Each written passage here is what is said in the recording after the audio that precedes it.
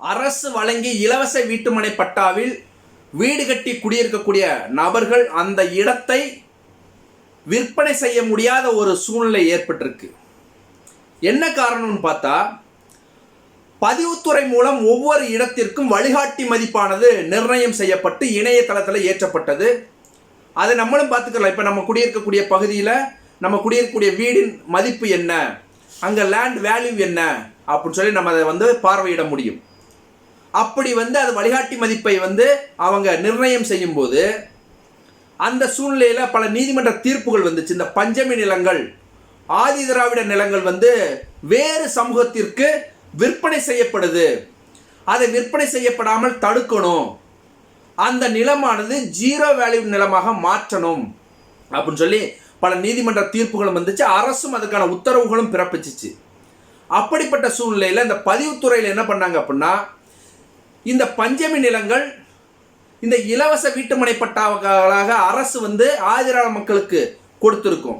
அந்த நிலத்தை எல்லாத்தையுமே ஜீரோ வேல்யூ லேண்டாக மாற்றிருச்சு.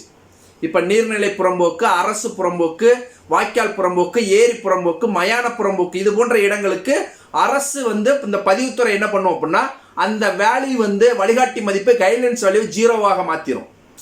இந்த ஏரிகள், நீர்நிலை புறம்போக்கு பதிவு செய்யக்கூடாது, அதோடைய வேல்யூவை ஜீரோவாக மாற்றணும்னு சொல்லி ஏற்கனவே தமிழக அரசு ஒரு அரசாணை எண் 2 என்பதை பிறப்பிச்சிருக்கு. அதன்படி அந்த ஏரிகள், குளம், குட்டைகள் எல்லாமே அந்த கைட்லைன்ஸ் வேல்யூ ஜீரோவாக மாற்றம் செய்யப்பட்டுச்சு. அதை யாருமே பதிவு செய்ய முடியாது. அப்படி இருக்கக்கூடிய ஒரு சூழ்நிலையில் இந்த ஆதி திராவிட மக்களுக்காக அரசு ஒரு இடத்தை தனிநபர்கிட்ட கையகப்படுத்தி அதில் வீட்டுமனை பட்டாக்களாக வழங்கி அவர்களுக்கு கொடுத்துருக்கும். கிட்டத்தட்ட ஒரு 30-40 ஆண்டுகள் ஆயிருக்கும். அது கண்டிஷன் பட்டானும் சொல்லுவாங்க. ஏன்னா பின்னாடி சில நிபந்தனைகள் இருக்கும். இத்தனை வருஷம், 10 வருஷம், 12 வருஷம், 20 வருஷத்து வரைக்கும் நீங்கள் அதை யாருக்கும் விற்பனை செய்ய முடியாது, அதன் பின்பு நீங்கள் யாருக்கு வேணாலும் விற்பனை செய்யலாம் அப்படின்னு சொல்லி இருக்கும். ஆனால் கிட்டத்தட்ட 20, 30, 40 ஆண்டுகள் ஆகியும் தற்போது அதை விற்பனை செய்ய முடியாத ஒரு சூழ்நிலை ஏற்பட்டிருக்கு தமிழகத்தில். காரணம் என்னன்னா, இந்த ஜீரோ லேண்ட் வேல்யூவை மாற்றம் செய்யும் போது இந்த ஆதி திராவிட மக்களுக்கு வழங்கப்பட்ட அந்த இலவச வீட்டுமனை பட்டாக்களையும் அந்த நிலத்தையும் அந்த சர்வே எண்ணையும் அரசு ஜீரோ வேல்யூவாக மாற்றிருச்சு. அதனால் பதிவுக்கு நிறைய நபர்கள் என்ன பண்ணி, என்னுடைய மகனுக்கு நான் தானமாக கொடுக்குறேன், இல்லை ஏன்னா நான் இந்த இடத்தை இப்போ விற்பனை செய்கிறேன், 30 ஆண்டுகள் ஆயிடுச்சு, 40 ஆண்டுகள் ஆயிடுச்சு அப்படின்னு இப்போ பதிவுக்கு போகும்போது அங்கே பதிவு ஏற்கப்படாத ஒரு சூழ்நிலையும் இப்போ இருக்கு. அப்போ இதை மாற்றம் செய்யணும் அப்படின்னா இந்த கைட்லைன்ஸ் வேல்யூவை நிர்ணயம் செய்வது யாருன்னு பார்த்தீங்கன்னா பதிவுத்துறை தான்.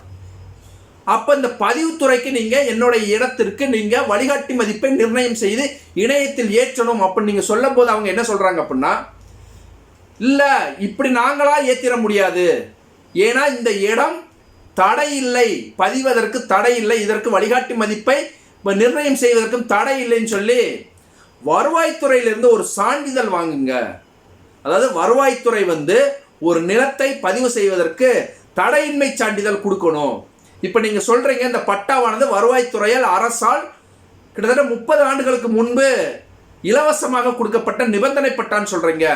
அந்த நிபந்தனையின் பெயரில் இந்த பட்டா வழங்கப்பட்டு சுமார் 30 ஆண்டுகள் ஆயிடுச்சு, அதனால் இந்த நிலத்தை நான் விற்பனை செய்யலாம், இதற்கு எந்த விதமான ஆட்சேபனையும் இல்லை அப்படின்னு சொல்லி அந்த வருவாய்த்துறையில் நீங்கள் இதை ஒரு மனுவாக தாக்கல் செஞ்சு அந்த மனு மூலம் அவர்களிட்ட ஒரு உத்தரவு வாங்கிட்டு வாங்க, இதை பதிவு செய்வதற்கு எந்த தடையும் இல்லை, இதற்கான வழிகாட்டி மதிப்பை அரசு பதிவுத்துறை நிர்ணயம் செய்யலாம் சொல்லுங்க, நாங்கள் அதன் பின்பு வழிகாட்டி மதிப்பை நிர்ணயம் செய்து இந்த நிலத்தை பதிவு செய்வதற்கு நாங்கள் உத்தரவு பிறப்பிக்கிறோம் அப்படின்னு சொல்கிறாங்க.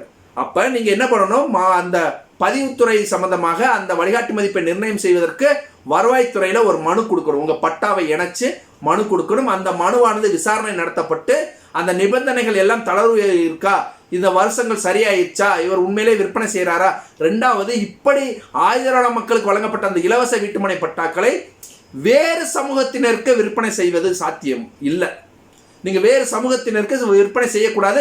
வேறு சமூக மக்களும் தயவு செய்து இந்த ஆதிதிராவிட மக்களுக்கு வழங்கப்பட்ட இலவச வீட்டுமனை பட்டாக்களை யாரும் கிரயம் வாங்காதீங்க. அது வாங்கினீங்கன்னா என்னைக்கு இருந்தாலும் உங்களுக்கு அது சிக்கலில் தான் போய் முடியும். அப்படி நீங்கள் நான் விற்கலை, நான் இன்னாருக்கு தான் விற்க போகிறேன்னு சொல்லி நீங்கள் வருவாய்த்துறைக்கு ஒரு மனு செஞ்சு வருவாய்த்துறை மூலம் விசாரணை செய்யப்பட்டு இந்த உத்தரவு பிறப்பிக்கும் பட்சத்தில் அதை எடுத்துகிட்டு போய் மாவட்ட பதிவாளருக்கு நீங்கள் ஒரு மனு கொடுக்கணும். மாவட்ட பதிவாளர் அந்த வருவாய்த்துறையின் உத்தரவின் பேரில் ஒரு விசாரணை நடத்தி அந்த நிலத்துக்கான வழிகாட்டி மதிப்பை நிர்ணயம் செய்து இணையத்தில் ஏற்றுவாங்க. அதன் பின்பு தான் நீங்கள் இதை பத்திரப்பதிவு செய்து யாருக்காச்சும் விற்பனை செய்யவோ இல்லை உங்கள் குடும்ப உறுப்பினர்களுக்கு தானமாகவும் நீங்கள் கொடுக்க முடியும். அப்போ இதுக்காகவே ஒரு பிரத்யேகமாக ஒரு சுற்றறிக்கை இருக்குது. அந்த சுற்றறிக்கையும் அரசாணையும் என்ன என்பதை அடுத்த ஒரு காணொலியில் நம்ம கட்டாயமாக பார்ப்போம். மீண்டும் இதுபோல் ஒரு சட்டம் சார்ந்த காணொலியில் சந்திப்போம். நான் உங்கள் சதீஷ்குமார் குருசாமி. நன்றி.